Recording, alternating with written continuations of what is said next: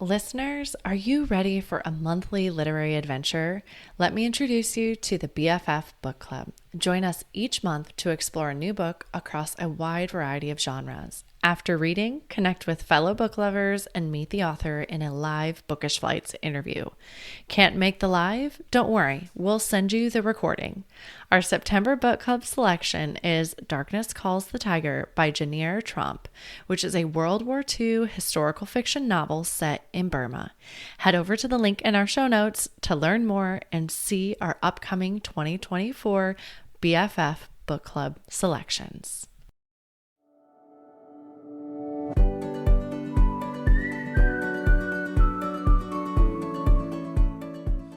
Hi, I'm Kara Infante, and this is Bookish Flights. In each episode, I chat with one bookish guest as we take some time to sample and savor the pairing recommendations from their bookish flight. We hope to give you suggestions to cultivate your TBR list and nurture your leisure time through books. In today's episode, I am chatting with Kit Tosello. Kit is an award-winning writer of small-town contemporary fiction with a big heart, as well as inspirational essays and devotionals. With her eye trained on the beauty hiding in plain sight all around us, she arranges words with tenderness, humor, and ultimately hope. When not writing, Kit can be found in the loose tea shop she operates with her husband, exploring the Great Pacific Northwest, or enjoying the great indoors, bookstores and libraries, most likely with a matcha latte in hand. Welcome to the show, Kit. Hi, thank you, Kara. I'm so happy to be here. Yes, I'm so glad to have you. I forgot to add, your latest novel, The Color of Home, came out yesterday. Congratulations. That's right. That's right. So Is that excited. so surreal for you? Surreal is a perfect word for it. It's kind of like your first child, when people tell you about childbirth and you know this is happening, it's obviously going to happen. But until it happens, it's just, yeah, it's still kind of fuzzy. Yeah. I imagine, I feel like I've said this on the show a couple of times, but you pour your heart and your soul and many hours, and making an assumption like at least a year of your life into this. And you're For putting your sure. baby out into the world. Like, I mean, this is Yeah, you on a page and you're putting it out for us to read. So thank it's you. so true. The whole thing is surreal. Yep. Yeah, well, why don't you tell us? This is a great intro about you, but why don't you tell us about who you are? Because I feel like we're so much more than our bios sometimes. Well, let's see. My husband and I, we moved our family from I grew up in California on the Central Coast in the Santa Okay. Cruz Monterey area. And Yeah. then we moved to small town Oregon, a town that's inspired the fictional town of the story of Charity Falls. But we did that about 20 years ago when our kids were young. Okay. And that was a great move, and it's a quaint town with western fronted businesses. It's attracts tourists. We're right by the Cascade Mountain Range in the high Beautiful. desert, so we love it here. And we operate a loose tea shop in our little town of Sisters. Wow. How long have you had the tea shop for? We've had that for 9 years. Okay. But over the years, we've had a number of different small businesses. When we were in California, we had a video store back when those were a thing, frozen yogurt before it was really a thing, and a natural food store and a coffee house. Wow. So we've done a few things. And then on top of that, over the years, depending on the age of my kids, whether I dictated whether I was helping in the business or working outside the home. And I worked as a kitchen designer since my 20s. Yeah. And so full plate, yeah, with three kids too. So I'm hearing a common theme of kind of food and entertaining and these spaces where you bring people together. Yeah, I mean, really, I think the heart of it, and especially again now the coffee house, and then again here in the tea shop, is really being a place for community. Yeah. And it really, for my husband, he's the one that's in there most of the time. Feels like it's a ministry. It's just we intersect with the community and meet all kinds of new people every day, and it's just a joy to be able to bring people refreshment and peace. Yeah. Yeah. I love this. And inside, you're like singing my language here. Because we are a military family with moving all the time, I get all of these ideas. I'm like, that would be so great to be able to have this. But I'm like, but wait, why would I like set down roots when we probably don't get to stay? Yeah. We probably have to move again. Well, Um, I think so, and that the tea shop allows us to kind of have a sense of root for other people too, yeah, who are, yeah, it's for example, now that we've been there a long time, we've had, teenagers that know us, and it's been kind of a safe place that their parents dropped them off when they were maybe in middle school, like the first place they could yeah. go with their friends. And now they're coming back on their college breaks, and it just means so much to them to be recognized and remembered. So, yeah, Wow. that's a gift to be able to do. That what a great place for them. Almost I'm thinking like call it like a secondary home in a way. Hmm. Or Absolutely. or Cheers, where someone knows your name. Yes. Yeah, there's something to that. Yeah. So what has been your favorite so far out of these ventures? Um, you know, the I love the I was I was a big coffee drinker, so that was actually my idea. And we were ahead of the game. Starbucks wasn't even in our county at that time yet. So Wow. people Okay. would say to us, "You're just going to do coffee. This will never work." Yeah. And anyway, but now I'm more of a tea drinker. So I think I definitely the tea because it's not an early morning rush business. It's not people that are in a hustle to get somewhere Sure. and need energy. It's a place where people are coming to, find a little peace and quiet. We don't have espresso machines humming. Sure. So So can you get drinks made within the shop? Or are you just buying the loose leaf tea and then taking it yeah, home? it's both. So we Okay. do source and blend all of our own loose teas, but we also prepare them there. And Wow. so that's where we use our iced teas to make bubble teas. So that's what has been a great bridge for the younger set. But bubble tea drinkers are of all ages. Sure. But we are able to do that with organic, carefully sourced products without a lot of sweetener, nothing artificial. It's just Wow. like real tea, and feel good about that. Yeah. Wow. Okay. Well, that's really cool. I'm like, oh, I wish you were close. I could come over and have a cup.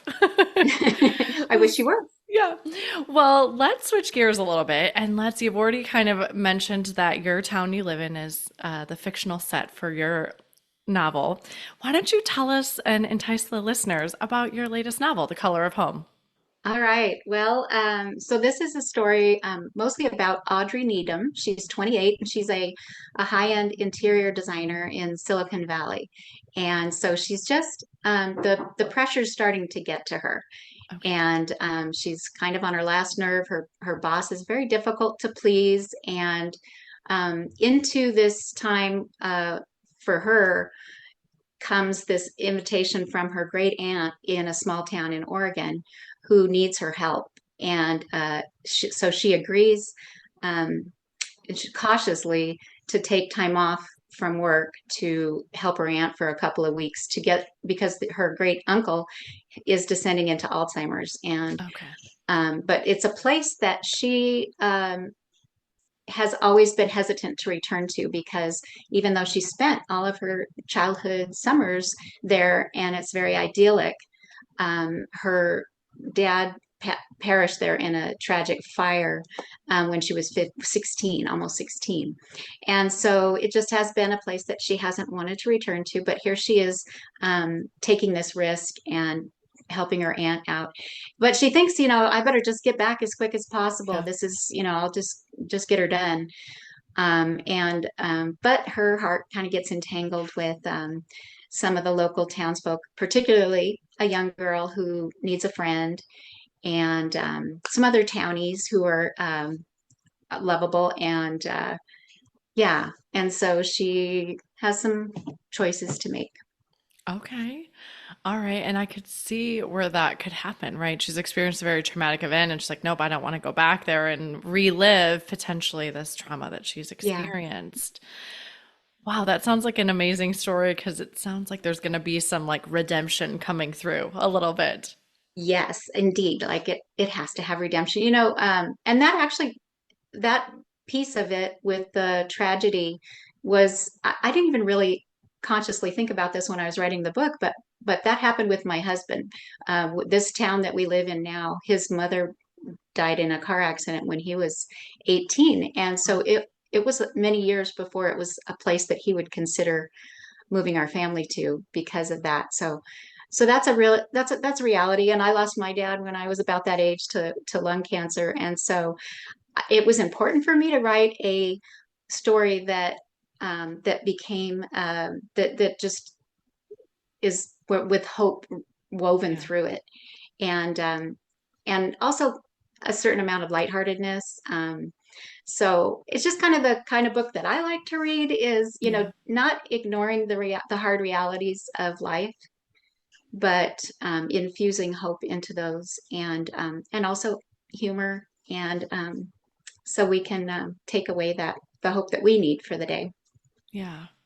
Did you find healing within yourself as you were writing this? Yeah, more than I realized. It was more an epiphany afterward. I that there were a number of epiphanies like that. Yeah. Um, yeah, I didn't even realize sometimes when you're immersed in writing a story, you, you're just moving along as it comes, as it happens, as it, Sure. you know, plays out. And it isn't until afterward that you go, wow, I see where that came from. Yeah. And I imagine you're in your mind, you're like, very simply, I'm writing a fictional story. So you're not thinking it's going to have this depth to it because you're like, I'm No, dreaming and I'm creating and I'm yeah, imagining. Like it's not going to have this personal piece. I'm in this other person's point of view, and Yeah. what would happen next for her. And then Daisy, her great aunt, has a point of view in the story too. So we have a kind of an intergenerational thing happening, and she's dealing with, also both of the ladies are dealing with kind of rethinking their place of belonging, because Aunt Daisy, they're moving to assisted living and leaving the home that they've made for decades, Sure. and losing her husband at the same time. So both of them, yeah, the timing is just really interesting how they're able to encourage one another and grow together. Yeah, I love those stories when you have like the grandmother or the like again like the great aunt level and they have all that wisdom they can inject in there. And I think of like Sarah Brunsvold, Oh yeah, the extraordinary the extraordinary Mrs. Kip. yeah, Mrs. Kip. I'm like, oh gosh, I'm gonna butcher the It's title here. easier to But say, yeah, I just and how much I learned from Mrs. Kip within this novel. And so right? I love that voice of reason in the novel too. Yeah, I do too. Yeah, Yeah, she actually, listeners, just to kind of plug that episode, Sarah, I'll put it in the show notes, but she came on and her book flight was all intergenerational stories. So if you want some awesome. intergenerational recommendations, I believe it was in the 60s. Don't quote me, but I'll have it in the show notes if you want some other intergenerational That sounds great. recommendations too. Yeah, So, she's an amazing writer too, and just yes. has a big heart. Yes. Well, back to your novel. What did you learn about yourself while writing this?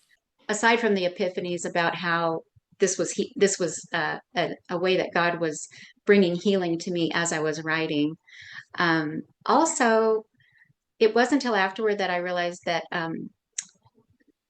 so I grew up a creative person, Okay. but I would tend to jump with both feet into like kind of a ambitious project. Like, for example, in high school, I decided that the first quilt I should make should be this really intricate baby quilt. Well, I never finished it, and I carried it around with me for a while thinking I would. And then I tried this big embroidery tapestry, and not just a little thing sampler, Yeah. but and I would carry those things around with me like I was going to finish them, and eventually have to just trash them because they mocked me. And so for me to complete this story, it wasn't until I hit the end that I realized, oh, I can tell myself a different story now. And Yeah. I do this all the time. I say, I'm a girl who finishes things. And, my dad was he was very encouraging. He was always telling me I could do anything that I set my mind to. And I think I believed that, Yeah. but I wasn't sure I could finish anything that I started. So Yeah. that was probably a big one for me. Well, I love that for you because you had that little bit of like full circle moment for yourself to have like, wait a minute, I did finally do this big Yeah, project. And, listeners, if you've listened to the show for a while, writing these novels is no small project for sure. right. How long Yeah, did this it was take you to kind of like from when you kind of started it to, now we have September 24th, it came out. oh, 7 years. So Wow. this was You my stuck first with this it. was my first novel. And so I started writing seriously 15 years ago when I transitioned out of kitchen design because of the economic downturn and into writing and editing. And I did a lot of, and it came really naturally to me, nonfiction writing, writing for the local community paper, um, submitting articles, and had an agent for nonfiction. Okay. But my secret dream that only maybe my youngest daughter knew was was that I she just walked by Okay. was that I wanted to write a novel. But it seemed like too big of a dream because I really just it was hard. I had the beginnings of this story or some variation on it, but I just wasn't happy with anything, and so I it took me that long really to work on my craft and read a lot. Just reading, you know, stacks of books of novels because yeah, so that it would come more naturally. Yeah. And then what happened, and the reason that it did happen, what because I still felt like I was a nonfiction writer and I had an agent who was, we were working on some proposals. And then I had a cancer scare a few years ago. Routine blood test brought up these cancer markers, and so that went launched a year of testing and scanning and trying to eliminate the possibility. Wow. And so when that happened, it was really interesting. But I decided that it surprised me, but that finishing that book was something that was really important to me. And Yeah. so I sent some to my agent. I sent the opening of it, and it was one of the most nerve-wracking thing I ever did, waiting to hear if she thought I had something there. And she's a best-selling novelist herself. Yeah. And so when she was enthusiastic about it and said, you need to finish this, that was a really encouraging day. And about the time I finished writing the book, I also found out that cancer wasn't my story at this point. So Wow. um, it was really miraculous. And then for that to end up being my first published book, um, I don't take that for granted. That's kind Yeah. of not normal. I love what you said about there was only one person that knew about this big dream you had. Because I think that is so true that we tend to do that is I'm imagining other people do this is right. We hold it really close because it's scary to say, like, I have this really big dream that seems, miles away from where I'm at right now, but it's still a dream I have. Yeah. And I feel like I have some of those about the podcast, right? And like what Uh, direction I could take this a little bit sometimes, but I don't share that very often because it seems scary and I don't know what that hesitation is. It's an I interesting know. phenomena. I think it's, there's something about, I think, tapping into who we were as a child and the things that how we free we were to dream about different things that Yeah. and I can tap into, when I was a kid, that this was something that I can see the roots of where that desire and dream came from. But yeah, ultimately, though, I think that another thing I've learned over the long course of becoming published, but that was really, like I say, 15 years, Yeah.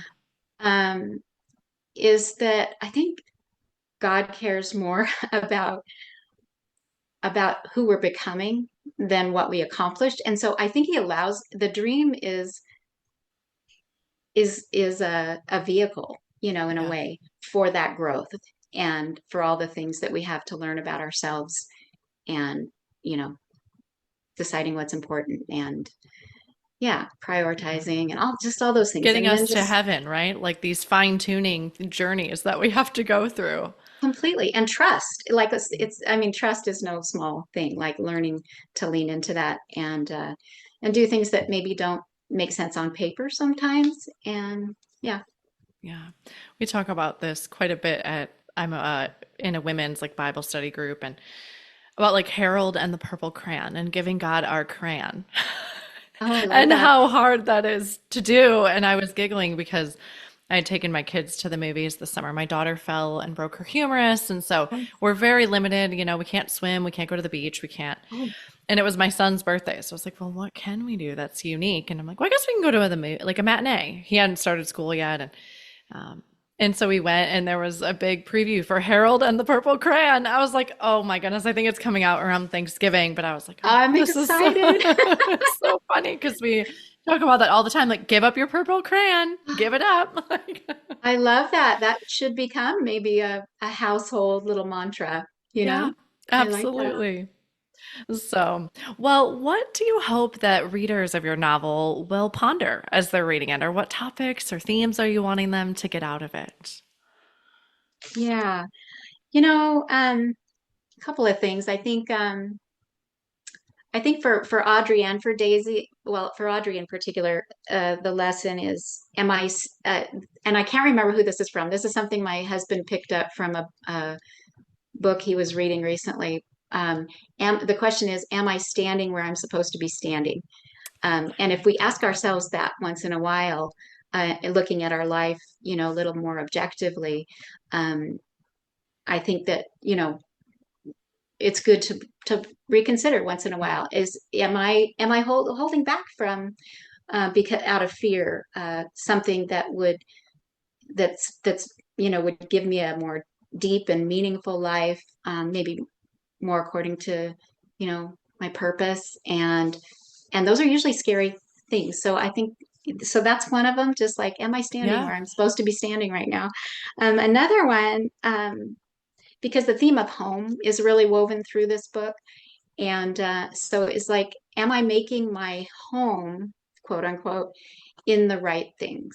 Yeah. You know, how would I, and just taking a long view is what that, Daisy at her stage, in her mid to late 70s, and having to give up her definition of home, her comfort zone, um, is having to ask that question. So I think again, that's another, and it's something that I had to ponder as I was writing this, because I was going through that cancer potential. Yeah. So, um, counting our days and I have quite a few friends that I know listen to the show that are military spouses too. And home for us is very relative a lot yeah, with all of the moving. And so right.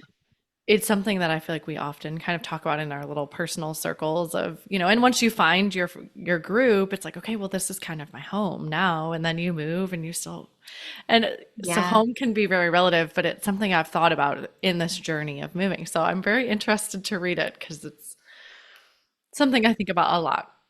Yeah, and it makes perfect sense. I think it's innate. I think it's woven into us that we have this longing, for home, and a lot of better writers than me have written about it, like the how God puts that longing in us, so that we will, long for Him, Yeah. and that's, an opportunity when we feel those longings to think about, making our home in Him Yeah. where we're at, which Yeah. is what Jesus said, make your home in me as I do in you, Yeah. I have to do that realignment quite a bit. Like you were kind of talking about the themes of your book. I'm like, I have to do that quite often. Like when we move and I do feel alone, I'm never alone. And I have to remind myself that. Absolutely. Yeah. Yeah. Yeah. But it's an ongoing thing. I don't think we ever, even, even when we find our comfort place, even if we have the opportunity to have a dream of a certain house, and then we get it, and then everything seems like it, our dream house has come true in this situation. I don't think that quite fills that longing in the ways that we think it will. Yeah. Yeah. Constantly tweaking ourselves. Mhm. Yeah. That's good. I like that. Well, let's see. Is there a book that you've read that made you want to become a writer? And I'm guessing this was back in childhood because you said you had these Ooh. longings.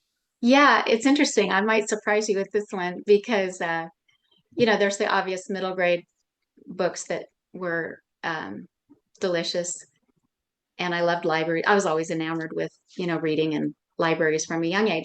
But you know what I go back to is it's so precious to me. My mom, well, I had a copy of, well, I had both of his books, but Ezra Jack Keats wrote The Snowy Day, Yeah. and he came, the author, to the library near us. I was living in Monterey, California at the time, and Okay. meeting an author as a young child when I was really enjoying this book. And so I think that just stayed with me, So that, cool.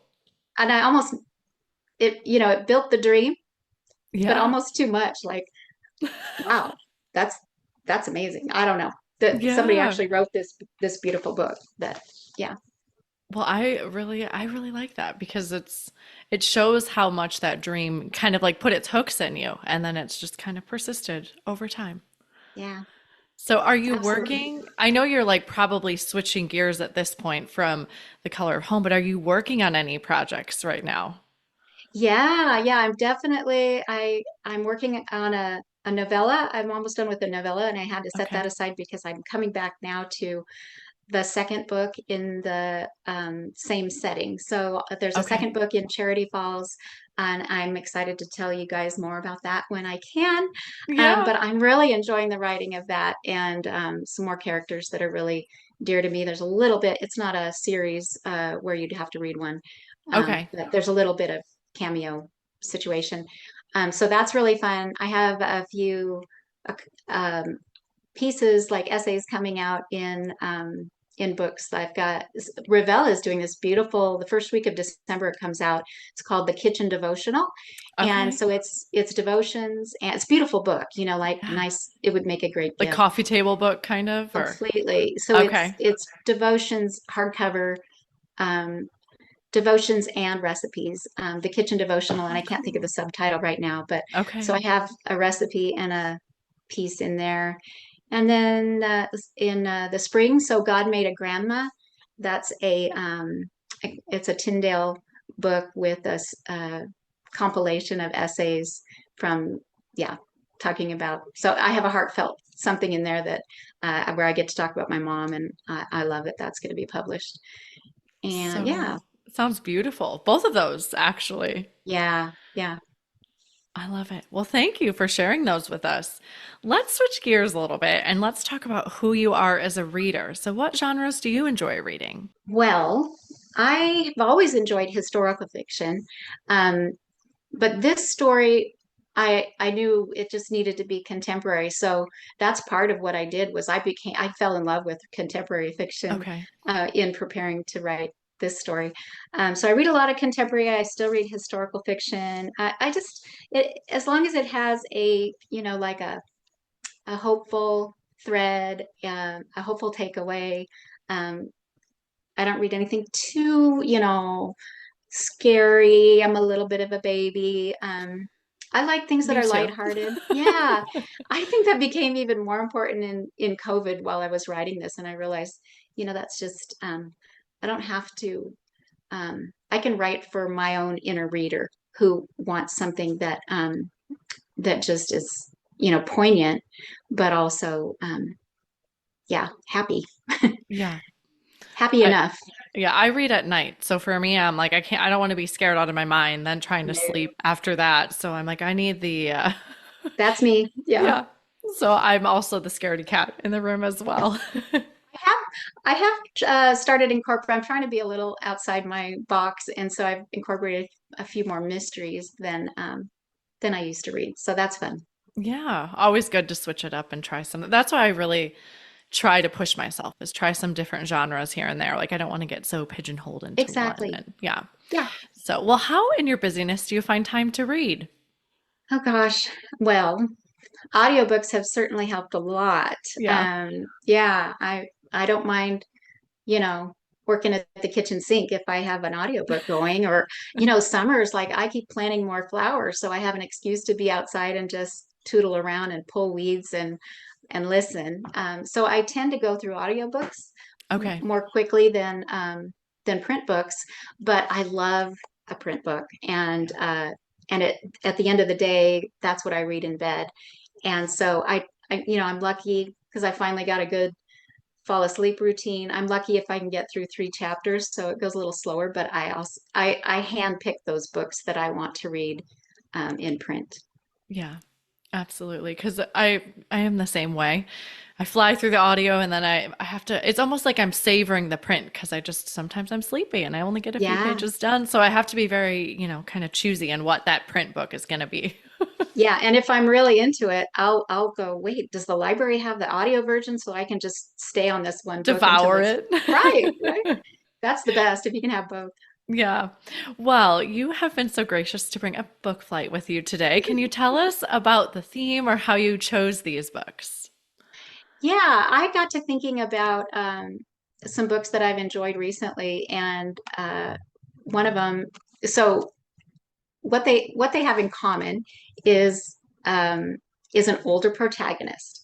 So it Yay. just I was all of a sudden I looked at some of the books I've read and enjoyed lately, and for whatever reason, this is you know, I don't know. So I decided to go back and think of some books that not just that I'd read recently, but over the course of time that I've enjoyed that fell into that category. Yeah. So I've got a kind of a variety of those. I Yay. call them coming of old age stories. I didn't make that I up, but I love thought that. that's cute. You and I are kindred spirits. I also at one point, it's episode 13, my husband interviewed me and I gave a book flight and it was Not Your Average Grandma's was my book flight. Oh, I And love so I did that. all older protagonists Okay. as well. So we're kindred spirits here. Yes. And I don't want to be, I'm a grandma. I don't want to be your average grandma either. Yeah. So, okay, well, what is the first book you brought So today? the first book I brought is called Mrs. Quinn's Rise to Fame. It's by Olivia Ford. It's fairly recent, and it's just I I loved it.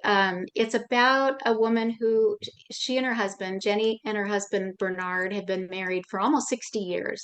And he's starting to have some health issues. And speaking of, you know, of counting your days and recognizing that time's short, they don't have any grandchildren and like their friends do to get involved with, and she just starts to let herself dream about what would bring her joy, and on a whim she secretly, she doesn't even tell her husband, she applies to be a contestant on the primetime TV show Britain Bakes. So this is a British Okay. novel, Love and it. yeah, and she's an amazing baker. And every time the chapters are kind of organized like she'll be baking something and it will call up a memory from her earlier life. And you find out that she's keeping this pretty big secret. She's all these years from her husband, and it's been eating away at her. So it's very poignant too. Yeah. But there's some very funny moments, because she's on this show and she's so much older than the other contestants. And it's very touching. If you loved Remarkably Bright Creatures, I would say Yes. you'd like this Loved book. that book. Okay. All right. Well, that sounds fantastic. I had the chills when you're like, oh, she has a secret she's uncovering too. I She was like, does, yeah. I could read that one again.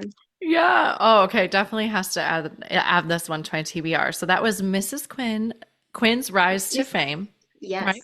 By Olivia Ford. Uh-huh. What You is the got it. next book you brought today? And then I got to thinking about one that made me laugh a lot in the last year, and that's Vera Wong's Unsolicited Advice for Murderers by Okay. Jesse Sutanto, I think it is. And like I say, this got me thinking, well, maybe I do like mysteries because it was just so enjoyable, so entertaining, and so funny. And so you've got this 60-year-old empty nest mom with a tea shop, and this murder happens in her tea shop, but she is just up until this point she can't help sticking her nose into her adult son's business, and she does Oh, all, okay. like, I have adult kids, and the interaction with her son are some of my favorite parts because she does all the things that we're warned not to do with your adult child, and it's hysterical.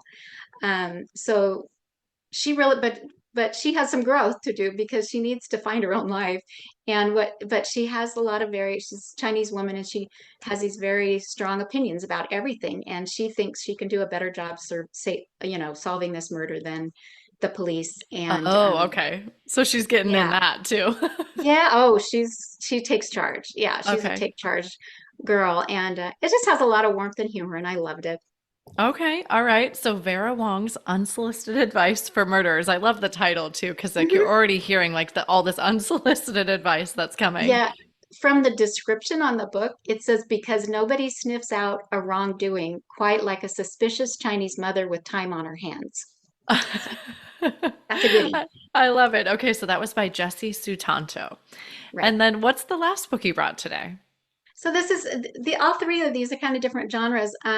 I brought Kinfolk by Sean Dietrich. He also goes by the nicknames Sean of the South, and he writes Okay.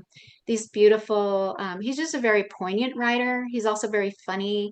He's from Alabama, and this book is set in 1970s in small town Alabama, and the main character is nicknamed Nub Taylor, I think it is, and he's like Okay. 62, and he believes that people have always told him that he's no good, including his ex-wife. He's kind of estranged from his adult daughter because he believes that he's kind of just a no good Yeah. because he's made some mistakes. He tends to keep making mistakes, and Okay. but he's a soft-hearted guy, and these aren't serious crimes or anything. Just he's always getting into some kind of a scrape, and he embarrasses his daughter. And but anyway, he forms an unlikely friendship with a 15-year-old waitress from the Waffle House, and she's got her own story, and their dynamic, how he starts to care about and care for this young girl who needs a friend. It just yeah, he's able to just to grow and and to restore a relationship that he's given up on. And so it's really poignant. He's a singer too, Sean, and so he narrates the audio himself and Oh, actually sings cool. some lyrics, and so it's very entertaining. Oh, so it'd be great as an audiobook edition. Super good audio, and I would say that on all three of those were ones Okay. that I enjoyed on audio. Okay. Wonderful. So that was Kinfolk by Sean Dietrich. No, I was just going to say, if you like stories with humor and poignance about found family and second chances, that's a winner. Okay. Wonderful. All right. So we'll add those on our list for sure. How I love to end our show here is with our bonus pairings, which are just a speed round of questions here. So, are Okay. you a rereader? Sometimes I have to. It has to be a true favorite. Okay. I'll read a Jane Austen every year, Yeah. um, and then there are a few other books that I reread as well, but not generally. Okay. All right. And then what is one book you've read that has changed your life? You know, I would have to say, Everything Sad is Untrue Okay. by Daniel Nairi was one. I read this book twice. I've never. This is something I've never done. I read it twice back to back because I Wow. read it. I listened to it on audio. Okay. The author narrates it, and I recommend it highly on audio. I listened to it, and I just loved it so much that then, like the next day, my husband and I were leaving on a road trip, and I just wanted to watch him enjoy it. Yeah. So we played it while we were on this long road trip. But it's a story about it's his own story Okay. about how he and his mother became refugees. So he's a Iranian child, and his mother becomes a Christian, and so you really get this better understanding and empathy for the Middle East, and the Yeah. persecution and the risks involved in taking that kind of a chance. And ultimately, they do find asylum first in Italy and then in the U.S. So it sounds very Okay. serious, but Yeah. he is just an entertainer, and he writes this. It's actually geared toward more of a youth novel. Okay. Uh, That's what I was going to ask because yeah, I have a friend that's a middle school librarian, and I believe she was the one that recommended it to me. And so I thought it was like a YA it category. is. But Yeah, yeah. but Okay. don't be thrown by that. I can't explain Okay. it. It's just it's one of those books that you just laugh it and then he catches you and you're crying, like it's just Yeah. um I love that I kind of do love a book that makes you feel for sure. emotional swinging. Yes, Absolutely. but that, I Okay. think, for the just that, like I say, the empathy for refugees, that was really I think heart changing for me. Yeah. heart I love, expanding. yeah, I love the books that really make us think about, who we are and who we want to be and change us in Yeah, that way. So, well, where is your favorite place to read? I will read anywhere. I love it when because I listen to audiobooks. Our next big town where I do a lot of our shopping and errands is a half an hour away. So I get a lot of that in the car. Okay. But like I say, I don't mind gardening chores or, I'll read anywhere. Okay. Lovely. And then lastly, what are you reading next? So I am really excited to dig into Karen Barnett's new book. I don't know if you've read any of hers, but Where Oh, Trees Touch the Sky. I saw you post this one and I'm like, oh my gosh, I have to add this. Yeah, I know. I love this covers. And this just came out this month. And Karen is she's an Oregon writer, uh, Okay. so like me, and she is a former national forest ranger. Mm, And so has set her last series of novels in each in a different national park. And this one is set in cool. Redwood National Park in California. And she always has a little mystery, a little romance, but it's coming from an authentic place because she was a forest ranger at Mount Rainier when she was younger, and Cool. they're light and yeah, I can't wait to go hang out in the redwood forest. Yes, we are now that we're living back stateside. Had been in Sicily for a few years. We're like now on this mission to go to the national parks and try to hit some of those. So we'll see. And with our Yeah, kids, it's like really easy, good trips. And so we're on this that's a mission to great hit what we goal. can in the West Coast right now while we're on this side of the world. Absolutely, yeah. There's quite a few over here. Oh, yeah, many, many. So, well, thank you so much for coming on the show today. I know your time is precious and I appreciate all you've given me. Well, it's been very fun. Thank you, Kara. It's Yay. great to get to know you. You're welcome.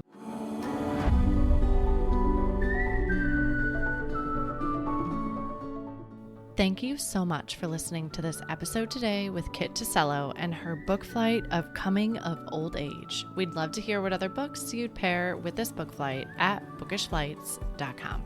That's it for today. Thank you so much for listening. As Emma Thompson said, I think books are like people in the sense that they'll turn up in your life when you most need them. Cheers to you, dear readers. Until next time.